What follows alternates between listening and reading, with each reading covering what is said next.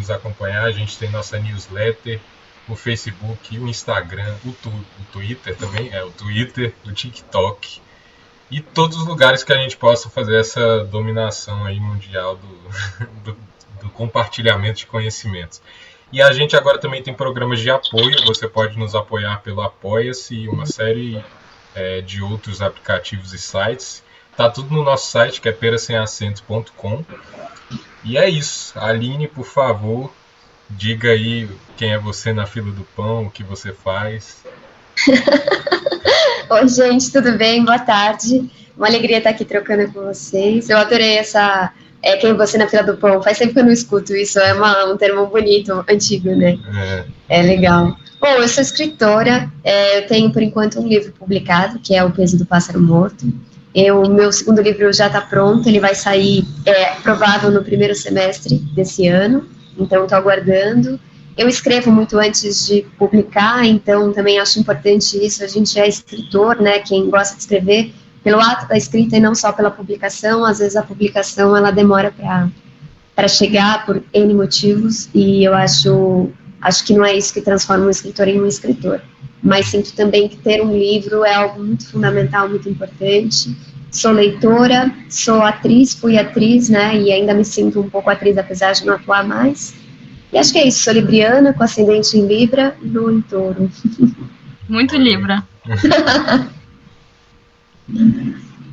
Bom, você já deu spoiler aqui, né? Já falou que vai publicar um livro. Era uma das minhas perguntas, eu ia perguntar, porque eu sempre pergunto para as pessoas que eu leio, assim, então, quando é que sai o próximo? E eu não sei se eu estou preparada para um próximo, porque O Peso do Pássaro Morto foi muito impactante para mim. Mas, assim, muito mesmo. Eu me lembro que eu chorava. Eu não conseguia ler duas idades, né? No mesmo dia. Porque era muito forte pra mim, assim. E aí eu via que tava lá no pessoal do Bookgram, né? Colocava... livros pra se ler em um dia. Aí sempre tinha lá, Peso do Pássaro Morto. Que é um livro que é rápido, né? A leitura. E eu ficava olhando e falei, gente, como assim um dia? Como é que vocês conseguem? Eu nem sei se eu digeri ainda, sabe? Aí eu queria saber, se pra gente, pra nós leitores, já foi difícil, quão difícil foi colocar isso pra fora? Essa história de uma mulher sem nome. E como foi pra você escrever esse livro assim? Foi difícil? Olha, o pássaro, ele nasceu com uma energia muito forte, assim, foi muito rápido tudo, o processo. Eu decidi escrever um romance e ele já veio com muita força. Eu sinto que ele já estava sendo gestado em mim, em algum lugar, sabe? E eu um pouco que autorizei, junto com o Marcelino Freire, que foi meu professor na oficina de escrita que eu participei e que proporcionou a publicação do Pássaro. Ele também, né, foi ali me contando que estava na hora de eu publicar. Eu comecei a pensar em publicar um romance e pronto, aí veio essa investigação do verbo perder no corpo de uma mulher e o livro nasceu. Eu escrevi O Pássaro com muita alegria, curiosamente, é um livro triste, né, mas o processo de escrita sempre me deu muito prazer. Eu não sou um tipo de autora que sofre para escrever, assim, que tem... Enfim, eu gosto muito de criar, eu gosto muito desse contato com a palavra, de transformar uma história em linguagem, ou tentar, né, que talvez seja mais isso. A gente tenta fazer na literatura, porque a gente toma um couro muito grande, né, dessa arte que é maravilhosa. Mas foi muito prazeroso, muito feliz, e também muito rápido, porque eu estava dentro de um concurso de escrita, então a gente tinha 6 meses para entregar o projeto, ainda que depois a gente pudesse mexer um pouco no livro, mas ele tinha que estar de pé ali para a gente, né, concorrer e participar ali do concurso. Então eu não tive muito tempo de me aprofundar na tristeza da personagem. Eu escrevi mesmo como escritora, sabe? Eu precisava escrever o livro.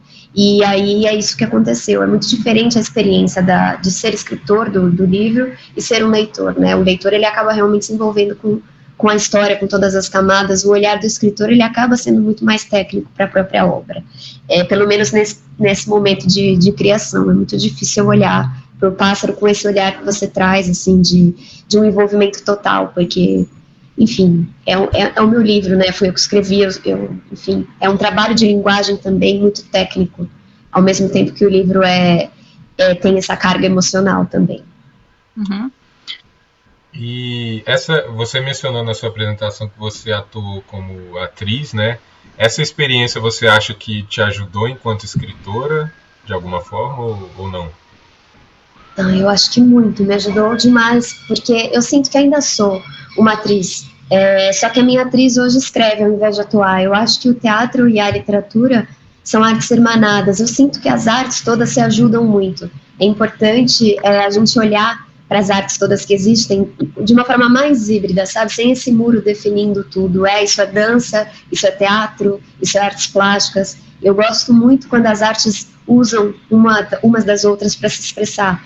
Por exemplo, uma artista que eu gosto muito é a Pina Bausch, que é uma coreógrafa alemã, e ela fazia uma dança-teatro, né? Ela era conhecida por isso.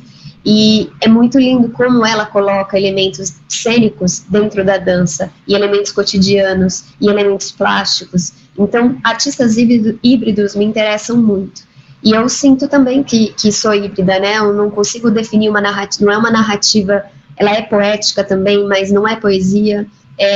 Então, e acho que tem muito do teatro no meu trabalho, inclusive esteticamente, porque eu sempre penso a folha do livro como um palco, como um lugar onde a história já está acontecendo, um lugar quente já, em que eu vou trazer essas palavras que são quase como o corpo dos atores para contar essas histórias. Então, eu acho que o teatro só me ajuda. No fim, eu acho que o teatro ajuda também qualquer profissão que você for fazer. É muito legal fazer teatro, é muito bom, você fica muito disponível, sabe, para as histórias, para as pessoas. Acho uma grande profissão. Fora que eu acho que também o seu entendimento do espaço, né? Porque você, enquanto ator ou atriz, você aprende a entender o espaço ao seu redor, né? E talvez isso, eu tô falando de achismo aqui, eu nunca fiz nada relacionado ao teatro, mas eu acho que talvez influencie na forma que você descreve as coisas, as paisagens, esse tipo de coisa, como uma personagem se movimenta. Talvez isso tudo influencie um pouco, né? Sem dúvida. A gente tinha um exercício lá no Célia, né, que foi o lugar que eu me formei no Célia Helena, que era bem no começo dos estudos, que a gente era uma ocupação de espaço. Às vezes o professor colocava uma música, né, o condutor, o diretor ali, ou às vezes a gente ficava em silêncio e ele pedia para a gente andando, todo mundo da turma, ocupar o espaço da sala. E era engraçado que no primeiro momento a gente ficava andando muito em bando. Todo mundo andava mais ou menos no mesmo lugar, como se a gente fosse uma multidão. E eles sempre falavam, ocupa o espaço, vai para onde está vazio, né? Não deixa nada faltando, assim. Onde um ator está, não vai para o lugar onde ele está, vai para o outro que está vazio. E a gente, aos poucos, vai entendendo isso, porque parece que a nossa primeiro ímpeto é seguir o outro, né? Fazer exatamente o que o outro está fazendo. Eu acho que isso é muito simbólico, assim, também ocupar esse espaço é também ser original, é também procurar esses lugares que ainda estão vazios, que precisam ser explorados. Esses exercícios teatrais me ajudam muito, assim, filosoficamente, simbolicamente, na literatura. Eu acho que na escrita também tem um pouco disso, né? A gente inicialmente, pelo menos foi no meu caso, eu meio que copiava quem eu lia, e aí com o tempo você vai descobrindo a sua própria voz, né? Até em oficina de escrita criativa que eu também participei, a gente aprende justamente isso, pra gente meio que se desbloquear na hora de escrever, a gente aceitar essa cópia ou mímese, né? E aí com o tempo ir se encontrando e, como você mesma disse, explorando esses outros espaços, né? E, inclusive, emendando nessa pergunta, você acha que um curso de escrita criativa é útil para alguém? Porque existe muita divisão, né? Tem muito escritor que acha que um curso de escrita criativa talvez te atrapalhe a encontrar a sua originalidade, porque querendo ou não, você vai estar sendo moldado ali por uma aula estruturadinha e tal, que pode ser que quebre um pouco da sua criatividade. Mas eu queria saber o que você acha, se você é mais a favor ou mais contra, ou se você acha que nem existe essa dicotomia. Qual é essa? Você sabe que antes de eu conhecer o Marcelino, eu tinha exatamente esse pensamento que você trouxe, de uma oficina de escrita vai querer ensinar a escrever, sendo que isso não existe. Você não ensina ninguém a fazer arte, no fim das contas, né? O que existem são provocações, aumentar repertório, aumentar a sua sensibilidade, ler bastante, mas claro que não existe um jeito de fazer, né? Sempre você inaugura um jeito de fazer. O artista, ele faz exatamente isso. Então eu pensava que, não quero fazer uma oficina, mas quando eu conheci o Marcelino, eu conheci ele através do Marcelino Freire, é um escritor, né, contextualizando, de Sertânia, hoje ele mora já aqui em São Paulo há algum tempo, um grande escritor, vencedor do Jabuti, contista, romancista, e ele também é um agitador cultural, ele promove a balada literária, né, e ele também tem essa oficina que ele dá no Barco Centro Cultural aqui em São Paulo, e eu fui entrevistar ele para um site que eu tinha de arte e cultura, e fiquei apaixonada por ele, assim, pela pessoa dele, pela sensibilidade dele. E aí eu decidi fazer a oficina de escrita dele, porque eu senti uma intuição, assim, que eu deveria ficar mais próxima dele, aprender com ele. Eu não podia ter feito algo melhor, porque a oficina é o oposto do que eu pensava, sabe? É o oposto. Ela chama oficina justamente por isso, porque é um lugar de fazer, e não de só ficar falando, teorizando. É claro que tem oficinas mais técnicas, né?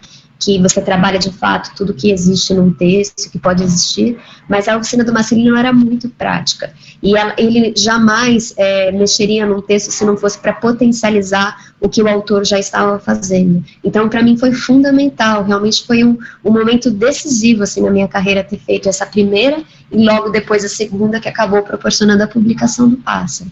Então, eu aconselho muito a oficina, e eu acho que ela tem um momento de se instalar, eu penso, assim, na carreira do escritor. Talvez seja legal você começar escrevendo por uns anos, sem estudar exatamente numa oficina e tal. Escreva, né, descubra a sua voz, vai vendo o que você gosta de fazer, mas chega um momento também que é muito legal compartilhar o que você já está fazendo por um tempo com outras pessoas.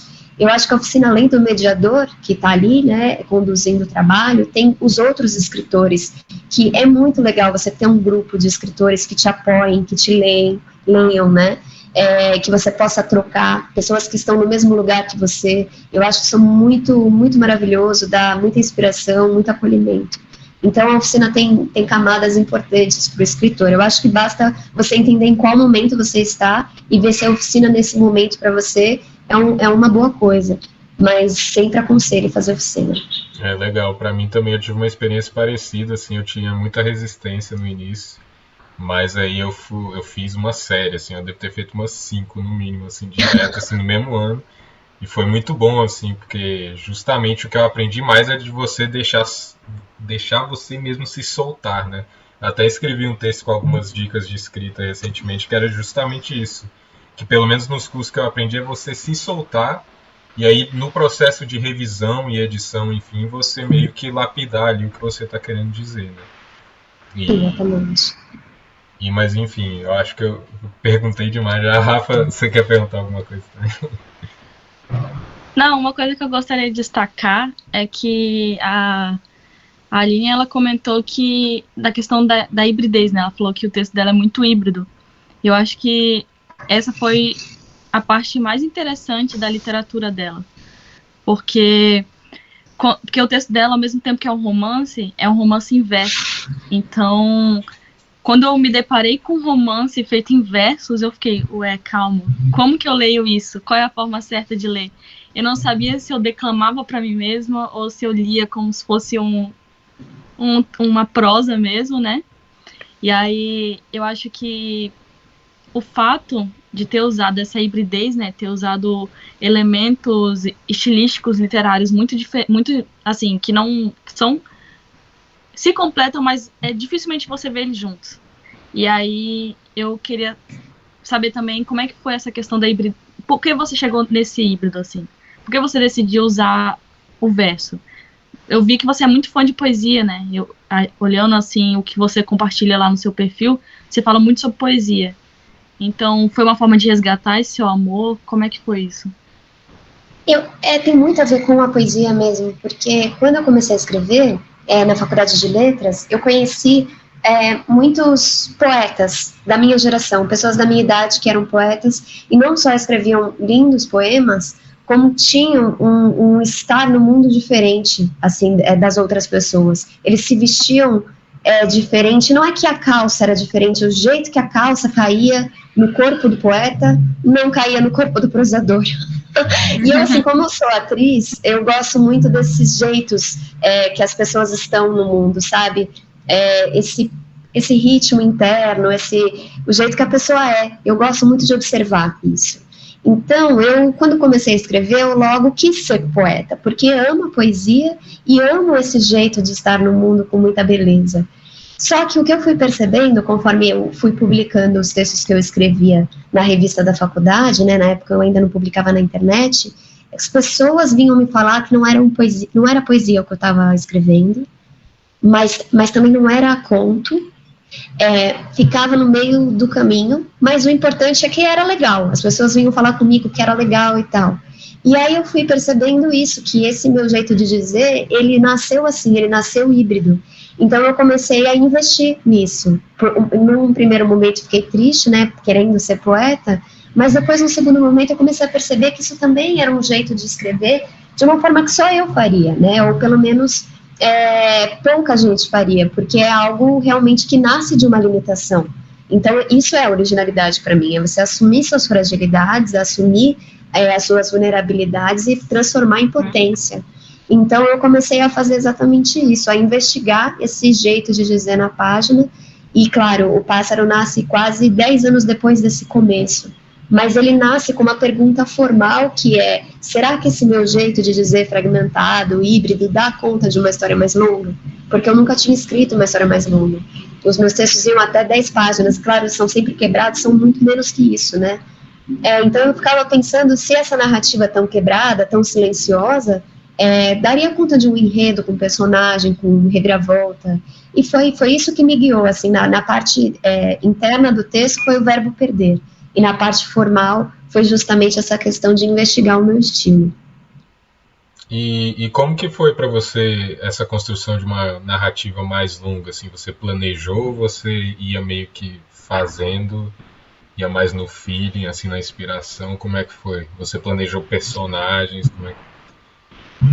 Eu não planejei nada, eu fui indo, assim, uma amiga minha tem uma frase muito boa que eu acho que resume o meu processo criativo do Pássaro, é aprender a voar voando, porque eu não sabia se eu ia conseguir, né, era uma questão para mim, eu não sabia se eu ia terminar o romance, se ia dar certo. O fato de eu estar na oficina me estimulou muito, porque o que acontecia é que eu escrevia um capítulo, e depois à noite eu levava para a oficina para dividir com os meus colegas e com o Marcelino, e isso para mim era muito inspirador, porque por ser atriz, né, ter essa atriz dentro de mim, eu adoro ler meus textos para as pessoas, eu adoro participar de sarau, adoro fazer leituras, me estimula muito a escrever, poder mostrar. Então, era muito legal escrever esses capítulos, e aí eu parava sempre, a única coisa que eu fazia era parar num clímax, o capítulo, assim, se ainda não fosse o final do capítulo, a cena, né, para que eu tivesse um gancho no dia seguinte para continuar trabalhando até para mim mesma, né, o que vai acontecer, quase como um folhetim. E as pessoas, né, os meus colegas escritores da oficina, sempre me perguntavam: nossa, mas e agora? O que vai acontecer? Para onde vai? Eu falava: ai, não sei. Então isso era muito legal também, muito puro, muito ingênuo, né, de um começo de escritora, mas foi muito divertido o processo. Então eu acho que isso foi o que mais ficou do processo do Pássaro, esse jogo, sabe, era muito, muito divertido fazer.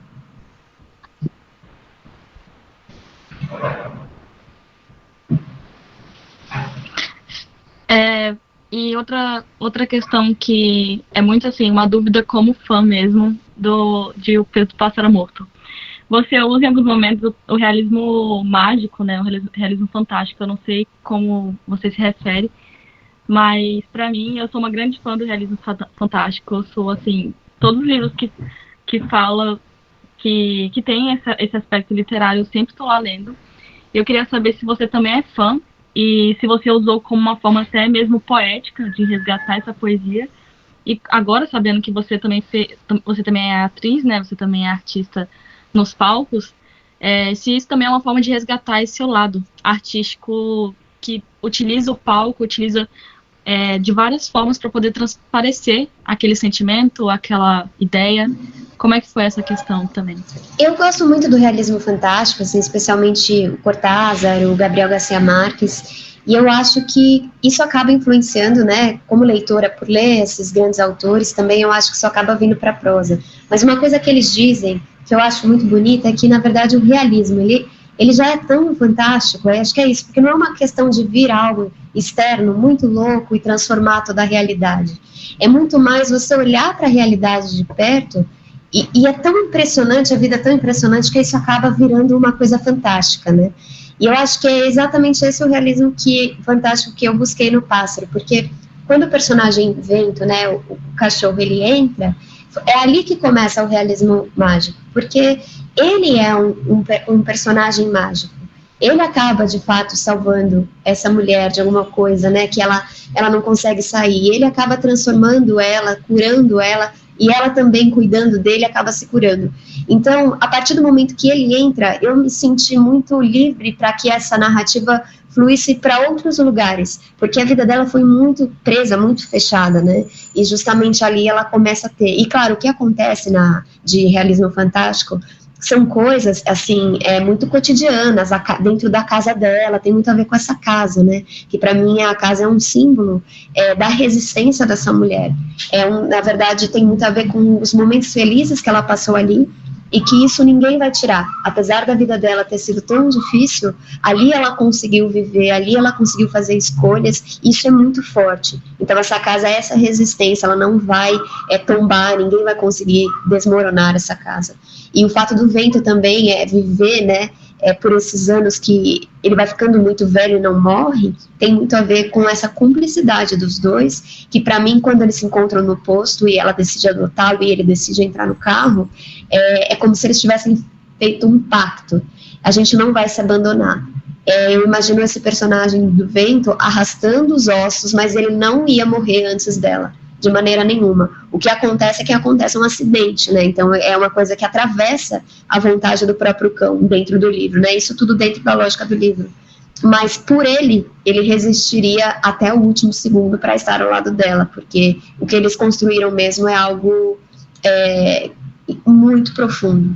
Então era mais nesse sentido que o realismo mágico acabou me ajudando para dar essa profundidade, né? Tanto para casa quanto para a relação que ela tem com o cachorro.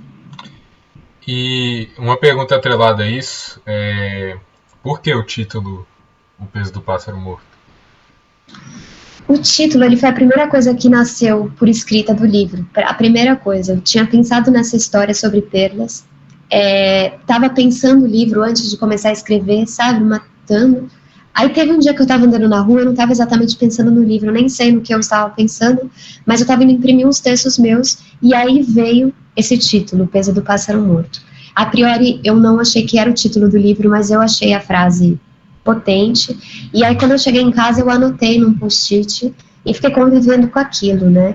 E aí eu fui lembrar de algo que me aconteceu quando eu era criança, quando um canarinho morreu mesmo na minha mão, e eu estava segurando e ele morreu, e foi muito brutal, assim, para mim isso, porque eu nunca tinha visto algo que estava vivo, de repente não está mais vivo, num segundo. Então me assustou muito a temperatura do corpo dele que mudou, enrijeceu, ele ficou muito diferente, ele era lindo, de repente ele ficou duro, seco, e isso foi brutal para mim. E era uma perda muito pequena, então o que eu fiquei pensando para decidir o título do livro é que um canário morrer é algo que acontece o tempo todo e a gente nem sabe, nem fica sabendo. É uma pequena vida que a gente perde, mas quando acontece na nossa mão, ganha um peso imenso.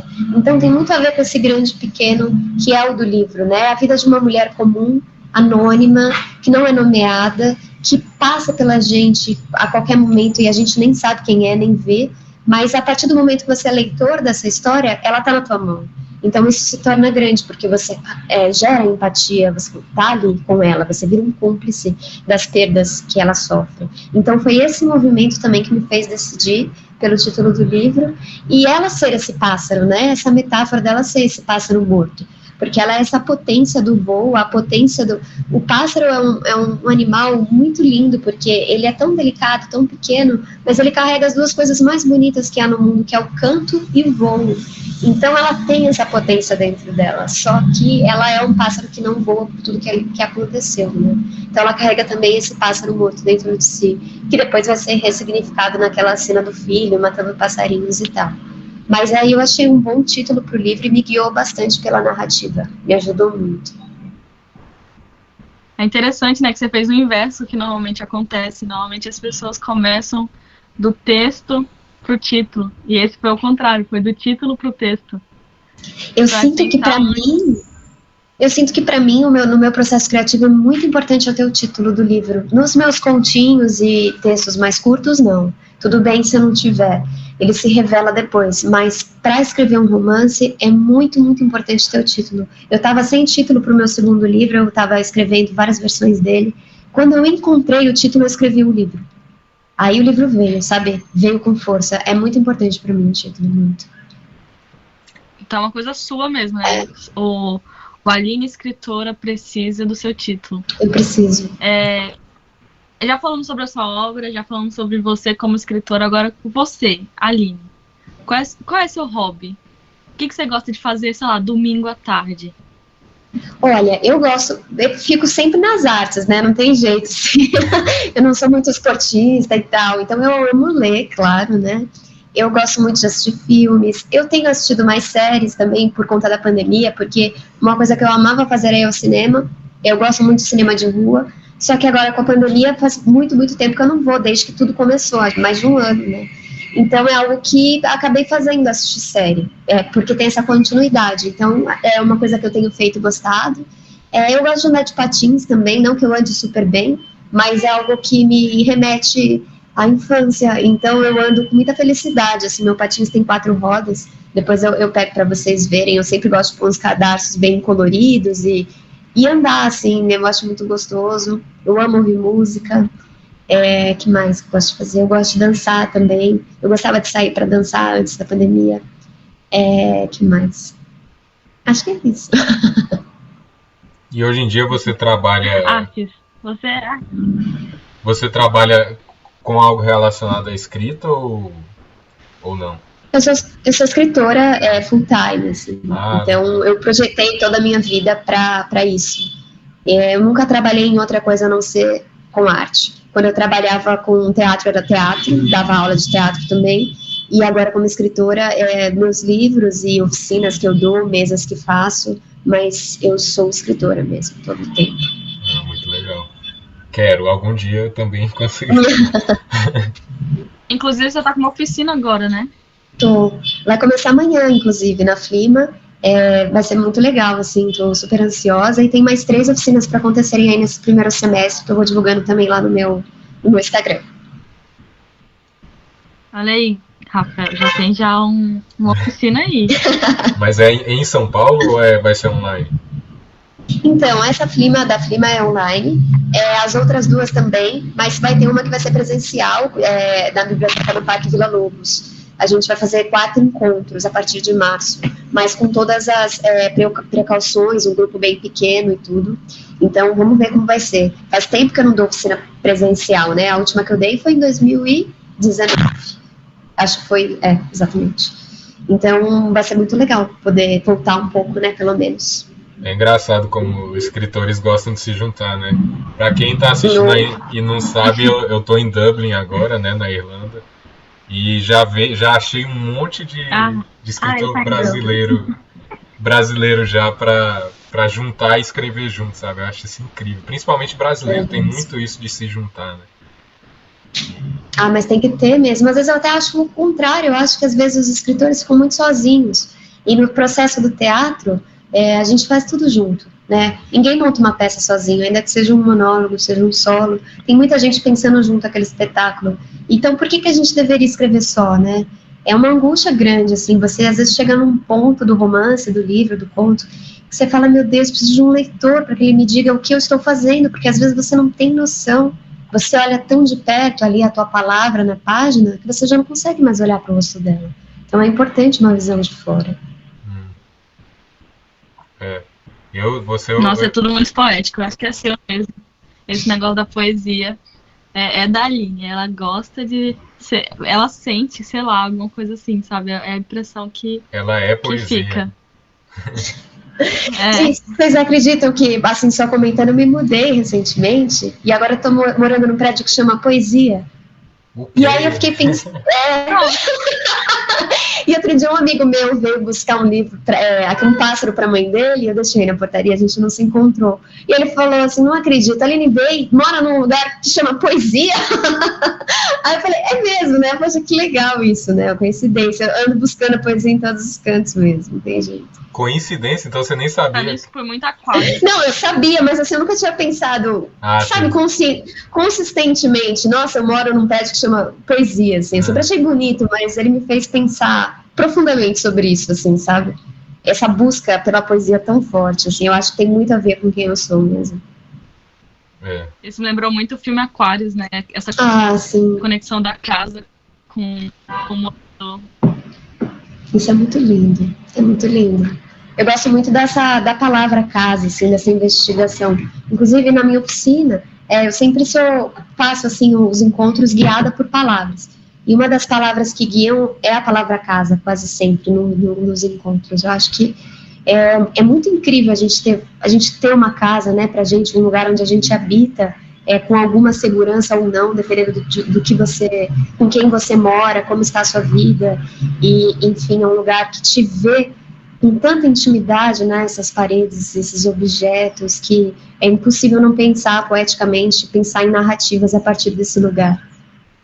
Inclusive, existe uma discussão, né, se os livros que os autores escrevem, se existe a pessoa ali dentro. Você acha que existe você, Aline, dentro dos seus escritos?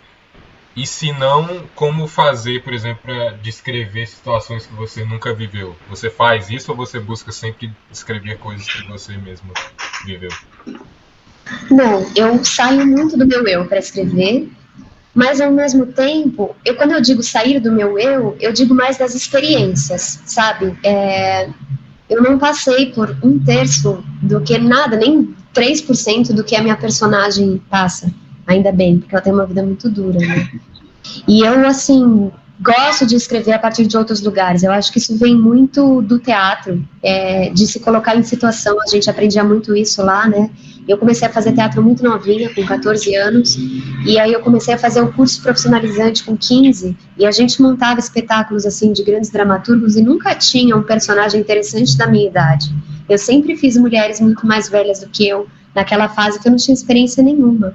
Então era muito mais esse exercício imaginativo, de se colocar em situação, de alargar mesmo a sensibilidade, para você poder entender um pouco como pensa aquela pessoa, né? E claro que o exercício do ator é encontrar dentro de si algo que ressoe a partir do que aquele personagem faz. Você jamais pode fazer um personagem julgando ele. Você tem que compreendê-lo. Você pode até não concordar como artista, mas ali no palco você tem que estar com ele, sabe? Você não dá para ficar julgando. E, na verdade, escritor é a mesma coisa. Você não pode colocar um personagem em cena que você fique julgando moralmente o que ele faz, o que ele não deixa de fazer. Você tem que colocar as coisas em movimento. Como artista, você é um canal. E é claro que aí os leitores, a partir da história, vão poder refletir sobre diversas situações. O livro vai trazer diversas pautas fundamentais que devem ser discutidas politicamente. Mas o livro em si, eu sempre sinto que a arte ela não deve ser panfletária, né? Ela deve muito mais colocar em movimento. Então, eu acho que esse exercício vem do teatro, de querer entrar em outras vidas, mas eu sinto que é claro que a gente escreve sempre a partir de um eu. Então é a partir do que eu observo, do que eu sinto, do que eu gostaria de dar conta. Então tem a ver com também esse filtro do eu. É impossível sair dessa prisão, né, desse corpo, né? Então é isso, é uma tentativa de alargar, mas sabendo que a gente tem um centro, que é a partir desse centro que a gente cria as coisas. E eu acho que o exercício é tentar expandir cada vez mais esse centro. Eu como fã, não, assim, é porque eu rabisquei o livro da Aline no Kindle, todinho, tá todo rabiscado aqui.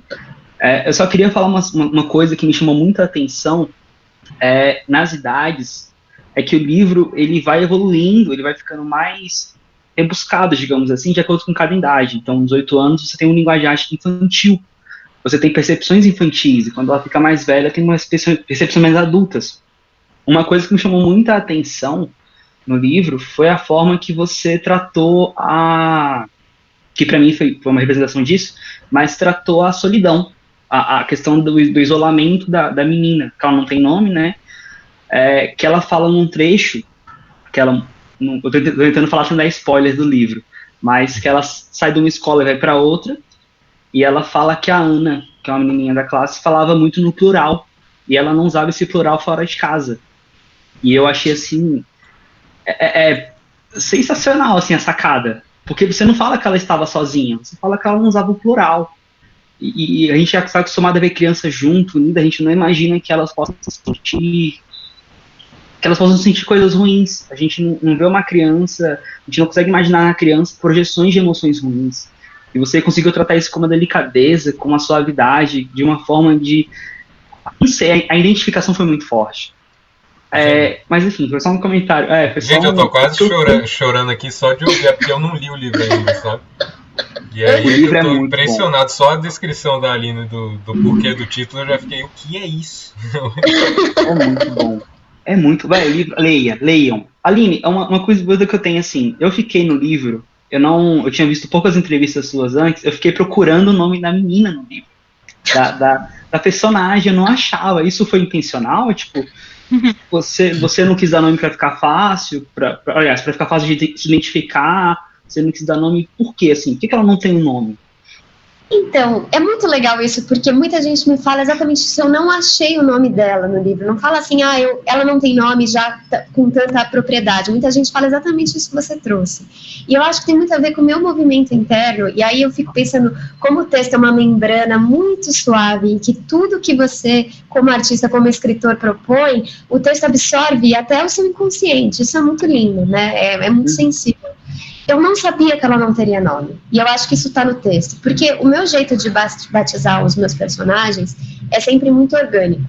O nome surge, não sou eu que nem como o título, né, que eu estava contando para eles, o título surgiu. O nome também, ele aparece na página para mim, e geralmente quando eu vou consultar depois o significado do nome, o peso que ele tem historicamente, tem muito a ver com o personagem. Eu nunca errei, assim, quando a página me sugere o título, o nome, né, por exemplo, Pedro, tem muito a ver com essa pedra, com esse lugar que segura, né, essa energia dela. É um nome pesado, que lindo, claro, mas é um nome que tem um peso que eu precisava na cena. A Carla também é um nome que para mim é muito aberto, Arla, né, tem muito ar, né, e enfim, e depois eu fui também consultar e vi que tinha muito a ver com o que eu queria para personagem, e foi tudo, esses nomes vieram. Eu estava esperando o nome dela vir, eu achei que o nome dela viria, eu pensei, alguma hora alguém vai chamar essa menina, ela vai se virar e aí eu vou saber, né? E assim, o que acontecia é que não vinha o nome dela. E aí, quando eu estava lá pelos 17 anos, eu fui entendendo que era muito mais forte ela não ter um nome.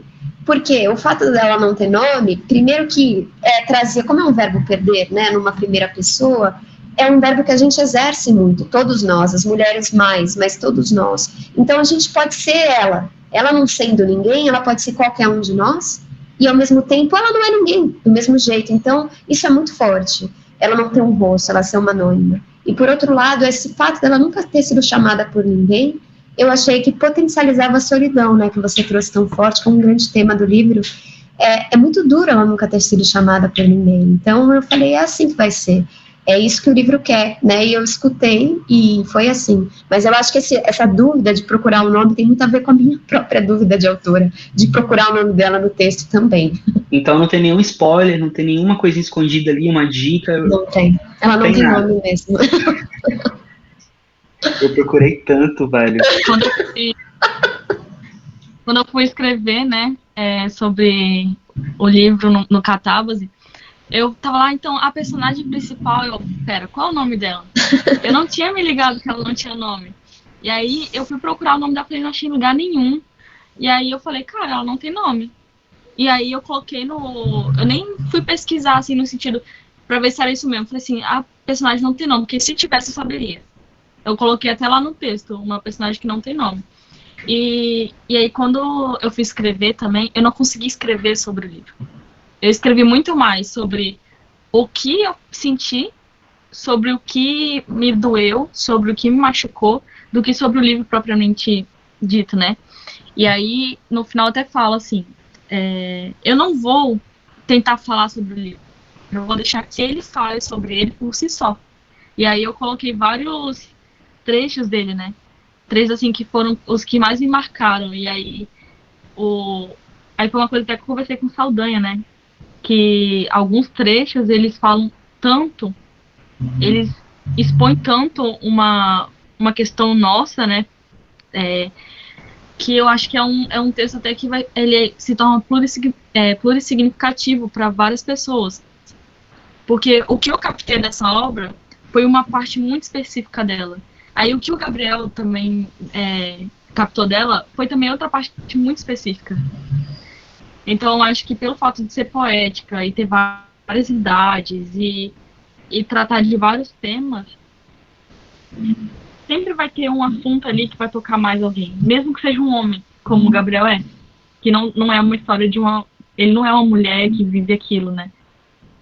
Mas uma coisa da vida dela tocou ele. Então, essa eu acho que é a maior pegada do clássico, assim. Já tô dando uma prévia que o seu livro vai ser um clássico daqui a pouco.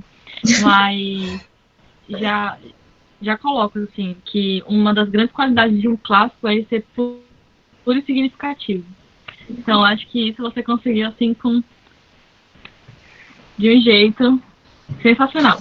Que linda, obrigada, Luiz. Eu acho que é isso mesmo, a gente acaba tirando do livro o que nos serve, né, o que funciona pra gente, que tem a ver também com o que a gente pensa sobre o mundo. E eu acho que o que fica, eu vi o Paulo Scott falando isso, não sei se ele escreveu ou se ele falou, agora eu não me lembro, mas ele falou, o que fica do livro, no fim das contas, é essa sensação do próprio livro, não é exatamente o enredo, depois de muitos anos, assim, né, às vezes você não lembra exatamente o que aconteceu, mas como você se sentiu quando leu aquele livro, sim, e é essa sensação que sempre vai permear quando você olhar a capa de tal livro que você leu há um tempo atrás.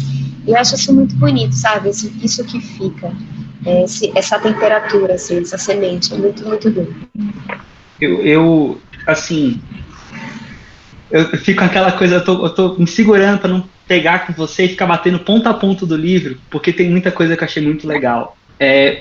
Um dos pontos que eu achei interessantíssimo é mais no final, do meio pro final, quando ela você sai um pouco da visão dela, porque quando ela era muito criança, a visão dela faz muita parte do livro, o que ela vê, o que ela olha, a gente vive muito através dela. Quando ela vai começando a amadurecer, ela começa a contextualizar muito mais, então a gente tem uma experiência mais extra personagem. E a sensação de que ela não é importante cresce muito durante o livro. E eu me peguei, assim, falando, meu Deus do céu, vamos conversar, vem cá, eu preciso conhecer você, não a autora, né, eu preciso conhecer a personagem, vamos trocar ideia, porque não é normal passar por isso. E assim, foi uma angústia que foi crescendo, porque você consegue se identificar com ela, né, você consegue, várias situações ali eu me vi falando, caraca, isso já passei por isso, então já experimentei isso. Um dos pontos que eu gostei bastante, e foi bem no começo do livro, vou até dar spoiler porque está nas primeiras páginas mesmo, é a questão do ambiente, da memória que você colocou, como se a casa, a escola, eu não vou dar spoiler do que acontece, mas assim, a casa e a escola guardam memórias, e isso para mim ficou muito marcado, porque eu nunca tinha parado para pensar sobre isso, sobre a questão de onde a gente vive, lembrar da gente assim como nós lembramos de onde a gente vive. E o cano estourando da escola, simbolizando algo tão legal, eu fiquei, assim, maravilhado. A sua cabeça deve funcionar de um modo totalmente diferente do nosso, pensando várias coisas, várias metáforas, mas assim, todo esse projeto, todo esse livro, esse processo que você fez, trouxe para você também uma certa angústia? Você sentiu que você meio que passou por um processo de solidão, de angústia para poder escrever, ou você conseguiu separar bem essas coisas? Tipo, minha personagem tá mal, mas eu tô muito bem. Você conseguiu fazer esse processo? Consegui. Eu estava até contando para os meninos um pouco antes de você chegar sobre o quanto foi divertido escrever O Pássaro, curiosamente, né? Porque apesar dele ter sido um livro triste, ele surgiu num momento da minha vida que eu estava muito feliz, muito feliz. Eu já estava muito bem, E quando eu decidi escrever o livro, eu me diverti muito e senti muita felicidade. Então o livro foi escrito com muito prazer, muita alegria, muita paixão, e é assim sempre quando eu escrevo, mesmo que eu esteja escrevendo uma história extremamente melancólica. Porque no fundo, eu acho que o Pássaro, por mais que ele seja um livro muito triste, é quase como se ele quisesse dizer o oposto do que ele é, sabe? Por ele ser tão triste, tão silencioso, dizer coisas como a cura não existe, na verdade são provocações para o contrário, para que a gente pegue a nossa vida na mão, para que a gente traga os nossos silêncios para a luz. É mais esse exercício provocativo do que uma bandeira do sofrimento, assim, de levantar essa dor e falar é isso mesmo, sabe? Não é isso mesmo, na verdade é o oposto disso. Então eu acho que Sinto o Pássaro com por exemplo, o final, né, eu não vou dar spoiler, mas tem muito a ver também com o final, o fato de eu querer que existisse essas flores, alguém levando flores, porque eu acho que essas flores simbolizam muito esses laços que ela acabou fazendo, sem nem perceber, mesmo estando tão fechada na dor que ela sentia, ela conseguiu fazer laços que ela poderia ter olhado para esses lugares e falado, conversado, que nem você trouxe. Eu queria conversar com essa personagem. Isso era uma coisa que eu queria muito que acontecesse com o leitor se sentisse cúmplice dela, que o leitor fosse alguém que pudesse acolhê-la. Ela não teve esse acolhimento, mas que o leitor fosse alguém que pudesse acolhê-la, que sentisse vontade de conversar com ela. Porque, no fim das contas, quantas vezes a gente passa por pessoas na rua, ou no nosso trabalho, ou no colégio, na faculdade, que estão sofrendo muito e a gente não para conversar com essa pessoa. Às vezes a pessoa está simplesmente sozinha, ela está sentindo, está passando um momento super difícil, está sofrendo bullying na escola, bullying no trabalho. Você senta para conversar com essa pessoa, você protege essa pessoa, o quanto que você dá de apoio e acolhimento, mas não é meu amigo. E daí, né? É um ser humano que está sentindo algo que você talvez possa ajudar. Então era muito mais eu queria muito esse questionamento, assim, sabe? Que as pessoas pensassem que todo mundo pode ser um porto para alguém, mesmo que você não seja amigo da pessoa, não seja seu familiar, não seja nada teu. Acolha as pessoas, isso é muito importante, isso salva vidas. Esse final do livro me deixou chateado, como eu não tinha ficado há muito tempo. Eu fiquei, quando o livro acabou, quando deu 100% ali, um pouquinho mais de 100%, eu falei, não é possível que acabe assim. Não é possível que eu passei por tudo isso. Vocês podem falar aí, ó. Eu tiro aqui assim, ó. E aí, quem estiver assistindo, não estiver lido ainda. É hora de pegar o café, né? Mas eu fiquei mais assim, eu já vou encomendar o livro para dar de presente para umas pessoas, porque realmente achei o livro sensacional. Assim, fora da curva, mas eu vou parar de falar, que eu já falei demais, já te eitei muito já. Obrigada, querido. Tá bom que só vai estar beijando assim. Ali. Só um último ponto que eu achei interessantíssimo, prometo que é a última coisa, é o estilo de escrita. Você já comentou no começo, eu tava acompanhando, ouvindo, que é meio que um poema, mas eu não falo da estrutura, eu tô falando assim, o desenho das palavras nas páginas. Eu achei sensacional. Você conseguiu transmitir para a página a visualização, a imagem. Então a parte que você fala, não vou lembrar agora exatamente qual é, mas você fala sobre um distanciamento entre pessoas, um abismo. E aí as palavras são separadas. Nossa. Acho que você mandou esse print demais. Eu mandei, eu falei, como ela fez isso? Meu Deus do céu, que sacada, tipo, que estalo. Eu achei muito legal. É a parte do ônibus, né? Que a mãe tá embaixo e ele tá já dentro do ônibus. É esse momento que eles estão se distanciando ou não? Eu creio que seja, que até o abismo... Não, a do distanciamento não. Porque tem dois trechos que você separa. Que é um trecho que você tem 3 linhas, que você vai distanciamento aos poucos, e tem um que é uma coisa mais brusca. Eu vou mandar os prints, a gente conversa, mas assim, é incrível. Incrível. É o uso da metalinguagem, né? É o uso da metalinguagem como uma poética. Eu gosto muito dos poetas concretos, eu acho que eles ensinam muito pra gente, e eu acho que às vezes essa ocupação de página, ela diz mais do que se você ficar narrando muito, sabe? Tudo, explicando, adjetivando, colocando verbo, tal. Às vezes só isolando uma palavra, colocando uma no canto, outra no outro, aumentando, usando a maiúscula seletiva, você consegue trazer uma experiência tátil também para o leitor, né? Porque eu sempre fico pensando, assim, fico muito inquieta com isso. O que faz alguém querer ler um livro? Para além da história ser muito legal, muito bem escrito, qual que é a experiência única do olho na página, no papel? Tem que ser único, e a poesia faz isso lindamente, né? Quando a gente lê um livro de poesia, aquela experiência da leitura única é muito maravilhosa, é como se ela convocasse todo o seu corpo, todo o seu ser para aquilo. E eu gosto muito dessa leitura comprometida, assim, total. Eu não gosto de uma leitura distraída, eu tô lendo, mas também tô dando uma olhada na TV, e também, se algum amigo me ligar, eu vou. Eu gosto dessa coisa de quando a arte, você perde o controle, você tá assistindo um filme, você não consegue parar, você tá lendo um livro, você vira a madrugada, você achou que era só um pouquinho, mas você perde o controle, a arte comanda. O ritmo interno do texto, do filme, do quadro, da dança, vai comandar teu espírito. Eu acho isso muito legal, quando acontece comigo como espectadora, como leitora, né? Então, é um desejo meu proporcionar também uma experiência que seja intensa para os leitores. Eu acho que essa presença da forma é muito importante, né? Eu estava lendo um poema um dia desse, até do Marcelo Labs, que eu não vou me lembrar agora qual era o tema do poema, mas tinha uma parte que ele estava falando sobre o cigarro estar acabando. Aí ele meio que corta a palavra cigarro no meio, assim, dela. E é um negócio assim, quando você para pra pensar, não é grandes coisas assim, mas no poema funcionou tão bem, foi tão exata essa decisão, que eu morri. Eu ressuscitei naquele momento. Que lindo. É ótimo. Marcelo é um grande artista. Eu imagino que eu também vou virar outro Tiete, que já tô com vontade de virar essa madrugada aqui. Peraí, gente, que eu vou só acender a luz, que acho que tá ficando muito escuro, porque vai chover, peraí. Tranquilo.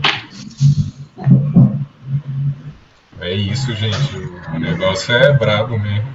Achei a parte do livro. Nossa, e a energia que acabou do nada. Pronto. Acontece. Aline, achei a parte do livro aqui, eu tô acreditando. É quando ela fala... Ixi, calma aí. Aqui, era especialmente na Nova Mulher, ao contrário de... É quando ela conhece a Nora. Nora, né? Sogra. Ah, Joana, sim. Quando ela conhece a Joana. Que aí ela fala sobre ela, era especialmente na Nova Mulher, ao contrário de Beth, o elo, ela era Joana. Aí, abismo. Porque você tinha a Beth, uma figura da Beth, que era protetora, que era cuidava, né, do filho dela, e você tinha a Joana que chegou pra... Não pra afastar, acho que não foi proposital. A Joana não é vilã. Eu acho legal que não tem vilãs, não tem vilania no livro. Você não tem personagens intrinsecamente ruins, né? Você tem personagens que fazem merda. Ah, não, tem, desculpa, tem. Você tem tem. Desculpa, falei merda. Pode falar aí, ó. Tem uma pessoa específica que... Tem uns personagens bosta, assim. Mas não são todos. Nossa, eu acho que esse livro me deu raiva. Foi o meu sentimento, raiva. Fiquei com raiva de todos os personagens possíveis. Eu acho que a única pessoa que não me decepcionou foi o cachorro. E que ele é perfeito. Agora o resto dá vontade de tocar todo mundo. O cachorro é perfeito. O cachorro é perfeito. Ele é intocável, viu? Então, Deus. O cachorro é lindo. Nossa, velho. Ela, pra mim, quando ela encontra o cachorro, é como... Na minha visão, assim, né, de leitor, o que eu tava entendendo do livro, é como se ela encontrasse nele ela, entendeu? É como se ela se visse no cachorro, e quando ela cuidasse do cachorro, era um jeito dela cuidar dela mesma. Ah, exatamente, era esse movimento que eu queria. Que lindo que chegou em você. Eu quis muito que fosse assim. Muito legal. Obrigada. Rafael, pode perguntar aí sobre as questões? Tá vendo? Não, é porque, Aline, você recebeu um gift card, né, muito, muito legal de umas empresas aí, e a gente queria saber o que você escolheu para comer ou para beber, enfim, e se existe algum significado por trás disso ou simplesmente porque você gosta. Então, Ai, gente, tá vindo uma borboleta. Peraí que eu preciso fechar a janela porque eu tenho medo de borboleta. Se ela entrar... Não, pode, tranquilo. Rafael, leia o livro. O peso Leia da o livro. borboleta. O peso da borboleta viva. Aí, ó, é outro significado. Leia o livro, cara. É, assim, eu li ontem, igual eu te falei, é uma leitura leve. Pronto. É uma leitura leve e rápida, mas é muito boa. Pode continuar ali. 3 horas Então, eu ainda não olhei. 3 horas da manhã, o Gabriel mandando mensagem.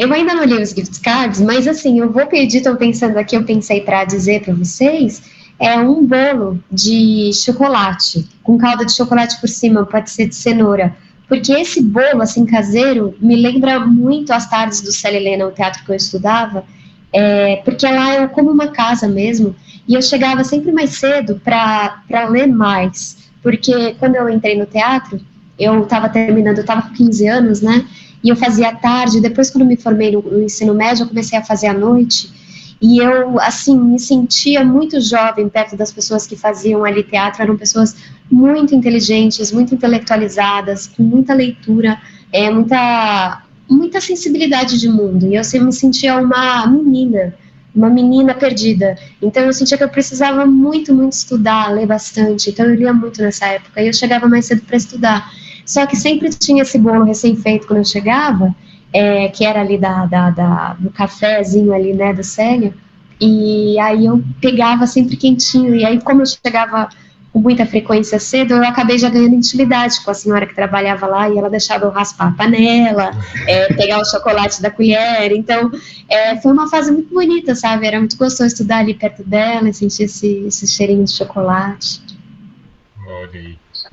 Nossa, velho, que tudo massa. É poesia, realmente. Tudo pra mim, até o prédio onde ela mora é poesia, cara. Meu Deus! Ela tem um cachorro também chamado Poema. Vai fofando poesia. Meu cachorro chama Cacá, o Cacazinho. Olha, é quase Cacau. Olha É quase Cacau, Quase o nome da minha cachorra.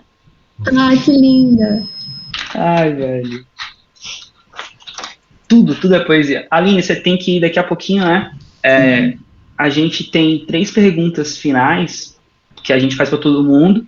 São perguntas complexas, né? Então, tome seu tempo. Muita gente não consegue responder tudo, porque realmente é muito complicado. Mas eu creio que você vai conseguir. Você é poeta, essa veia de escritora, você vai conseguir. Primeira pergunta, mais fácil. Qual a qualidade que você acha que todo mundo deveria ter ou aprimorar? Eu acho que empatia. Se a gente vivesse realmente num mundo que as pessoas se preocupassem mais com o outro de verdade, nossa, seria muito melhor. Se a gente se colocasse mais no lugar do outro, sabe? Não olhasse as outras pessoas como, tá lá, sabe? Não tem nada a ver com a minha vida. Eu acho que a gente tudo é conectado no mundo, tudo, a natureza, as pessoas, as cidades. Então, o clima, né, é total o reflexo do nosso comportamento extremamente abusivo e violento com a natureza, com as outras pessoas, volta, né, então eu acho muito bonito a gente pensar que a gente tem que cuidar de todos, anônimos ou familiares, claro que não com a mesma entrega, porque a gente não tem nem esse tempo hábil, mas ter esse carinho muito, muito na nossa superfície, muito pronto para se derramar, assim, pelas pessoas, eu acho que isso é fundamental. Lá vou eu tietar de novo. Eu vi muito isso no seu livro, em alguns personagens, essa questão de se colocar no lugar do outro.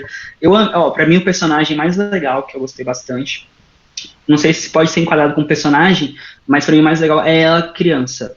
Sim. As visões dela criança são as mais legais, assim. Pra mim, a melhor parte do livro, pra mim, é essa. Eu concordo. São muito lindas e simples. Eu acho que é esse o legal da infância. É que o simples se torna a poesia mais complexa que existe. Então, pra mim, foi a pegada, assim, eu não queria sair dos 8 anos. Eu queria ficar lá, pra sempre, entendeu? Porque foi só ladeira abaixo. Mas você sabe, Rafa, que era justamente essa minha intenção, que os 8 anos fosse um lugar de retorno, que fosse um lugar muito, muito prazeroso, porque eu quis que fosse 8, justamente por esse eterno, né, esse lugar de voltar, porque eu acho que... Caramba! É bem isso, esse movimento. Quando que eu... E eu fico muito feliz que tenha sido assim, porque eu acho que a infância dela, apesar das perdas, né, foi muito doce. Ela tinha uma fé no mundo, né? Ela acreditava nas coisas, nas pessoas. Sim. E isso é muito bonito. A gente tem que recuperar esse sentimento. Vamos para a próxima pergunta. Senão eu ia começar a tietar demais aqui. Qual acontecimento na sua vida te ajudou a ser quem você é hoje? Foram muitos, assim, chaves, né? Mas eu acho que 2, basicamente. Um foi um bullying muito forte que eu sofri na escola, quando eu tinha meus 13, 14 anos. Talvez 12, 13 anos. Foi um bullying longo, mais de um ano, assim, de um menino que eu gostava muito. E que ele me humilhou todos os dias na escola. E a única pessoa que ficou do meu lado, assim mesmo, de não me abandonar, porque era muito ruim ser meu amigo, porque pegava muito mal e tal, foi a minha melhor amiga, que é a minha melhor amiga até hoje. E ela sofreu muito por ficar do meu lado. E eu assim, sofri na pele o que é ser desprezada, o que é ter por nada, assim, por motivo nenhum, né? Por existir, por ser você.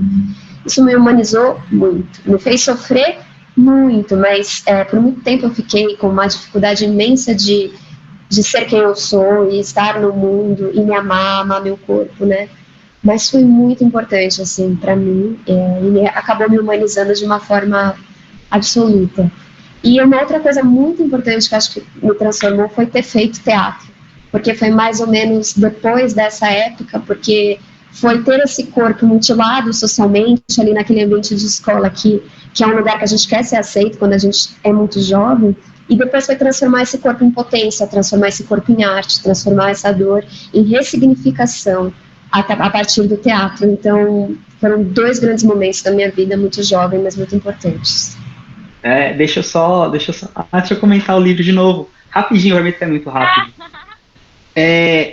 Eu amei uma parte dela, que ela se comparando com a Ana, que é meio que uma antagonista dela, que ela fala, mas por que a Ana tem atenção e eu não tenho, se nós somos iguais? A Ana tem 2 olhos, tem uma boca, e eu também.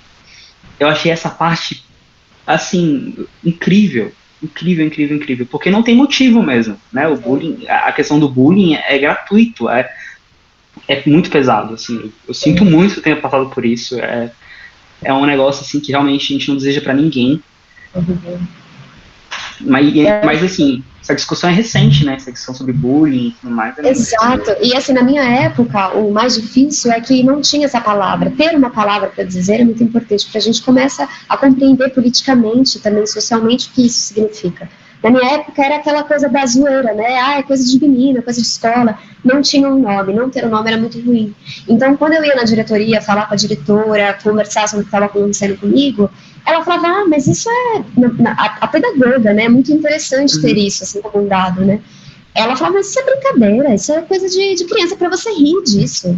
E assim, eu estava chorando na sala dela e ela não conseguia acolher, ela não conseguiu me acolher, ela quase como, tipo, levanta, vamos vai estudar. Então foi muito difícil não ter esse acolhimento só realmente dessa minha amiga que ficou ao meu lado. E assim, sem ela, eu acho que eu não teria aguentado emocionalmente, demorei para mudar de escola, tudo, né, não foi uma coisa rápida. Mas é muito difícil porque depois que você sofre o bullying, quem já sofreu bullying sabe disso, não vai embora aquela voz que te humilha. É quase como se ela entrasse dentro de você e ficasse ali sempre te colocando para baixo, porque já entrou, né? Porque você está num momento de muita vulnerabilidade. Porque o bullying acontece não quando a pessoa está super bem, assim, e tal. Acontece justamente no momento que você está insegura, que você está vulnerável. E essa voz entra dentro de você. Aí é uma luta enorme para que você abaixe esse tom e aumente a sua potência. E foi o teatro que me ajudou a fazer isso. Eu não acredito que é um assunto tão legal para conversar. E, meu Deus do céu. Você vai participar de outro episódio, hein? Você vai voltar. Mas eu volto. Reservado. A nossa última pergunta aqui é: qual a próxima pessoa que você acha que seria legal a gente chamar para trocar uma ideia com a gente aqui? Deixa eu pensar, são tantos escritores incríveis. Não, qualquer pessoa. Eu tô pensando em chamar a sua melhor amiga, porque ela parece ter histórias mó legais também. A Camila. Incrível. Eu acho que a gente pode chamar, deixa eu ver. Eu vejo agora na minha cabeça a atriz que montou o espetáculo do Pássaro, a Helena Serello, que é uma mulher maravilhosa. Ela fez Célia Helena na minha época, mas ela estava mais à frente nos estudos do que eu. Ela é uma fada, ela é inteligente, sensível, grande atriz, escritora também. Eu acho que é um grande nome para conversar com vocês. Ela é pura sensibilidade. Ah, legal. E é minha amiga. E você tem algum livro, ou podem ser vários livros para recomendar para quem está assistindo? Fora o seu, claro. Eu tenho... Não, mas eu vou recomendar o meu.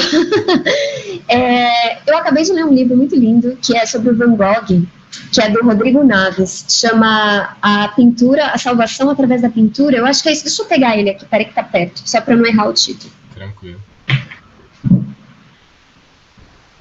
Deus do céu. É o que eu acho que eu já ouvi falar desse livro. Papo de horas aqui, velho. Os tietes, moleque. Já peguei todo mundo que eu vou indicar aqui. Então, é esse livro aqui, ó, A Salvação pela Pintura. Olha aí, já vou anotar. Acabou de sair. Top. É um ensaio que ele vai tentando ressignificar essa questão do Van Gogh sobre a loucura, né, dele ser considerado um louco e tal, e ele ressignifica isso de muitas maneiras, explora interpretações dos quadros, é um artista plástico, mas escreve muito bem, ele é escritor também. Tive muito prazer lendo o livro, eu acabei de ler, muito lindo. Aí eu acho que eu indico também um livro para mim de cabeceira, que é esse de Manuel Bandeira, Libertinagem e Estrela da Manhã, são 2 livros em um grande poeta, que eu amo, acho que o que ele faz é muito único, muito bonito, muito profundo e simples também. E vou indicar, falei da Pina aqui, né, no começo, eu também terminei de ler esse livro recentemente, que é um estudo do Fábio Cipriano, que por acaso foi também meu professor lá na PUC, quando eu fiz Artes do Corpo. Antes de fazer letras, eu cursei um semestre de Artes do Corpo, e ele dava aula, acho que de semiótica, enfim, e ele faz esse estudo sobre a Pina Bausch, especificamente de uma peça que ela montou baseada no Brasil, que é a Água. E não só, ele fala da carreira dela como um todo, tem fotos belíssimas, assim, das peças dela, é um livro de ler, assim, com muita atenção, é uma artista que me inspira muito, então eu indico também. Muito legal. Então acho que é isso, né, gente?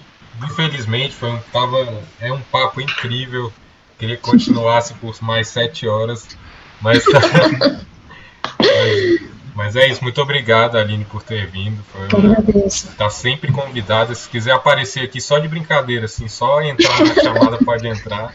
É só falar que a gente libera o link pra você. Né? Só pra dar um oi pro convidado. Quando a Helena for, vocês me falam que eu dou só um oi pra ela, que ela é muito maravilhosa. Faz uma atrás dela já. Obrigada, viu, gente? Parabéns pelo projeto. Foi um prazer participar e conversar com vocês. Obrigada pela leitura, pelo carinho. Amei. Então tá, gente. Então é isso aí, né, Rafa? Calma aí, Aline, se a galera quiser te encontrar seu livro, a galera vai aonde? Faz sua propaganda aí, se divulgue-se. Pode ir no meu Instagram, Aline Bey, eu tô como Aline Bey lá, pode me mandar uma mensagem e eu vendo meu livro, né, eu vendo no dedicatório, então se quiser adquirir o Pássaro comigo, vai ser um prazer enviar para vocês. Muito obrigada. Então tá, gente, é isso, muito obrigado a quem assistiu e tchau pra vocês aí. Tchau. Tchau.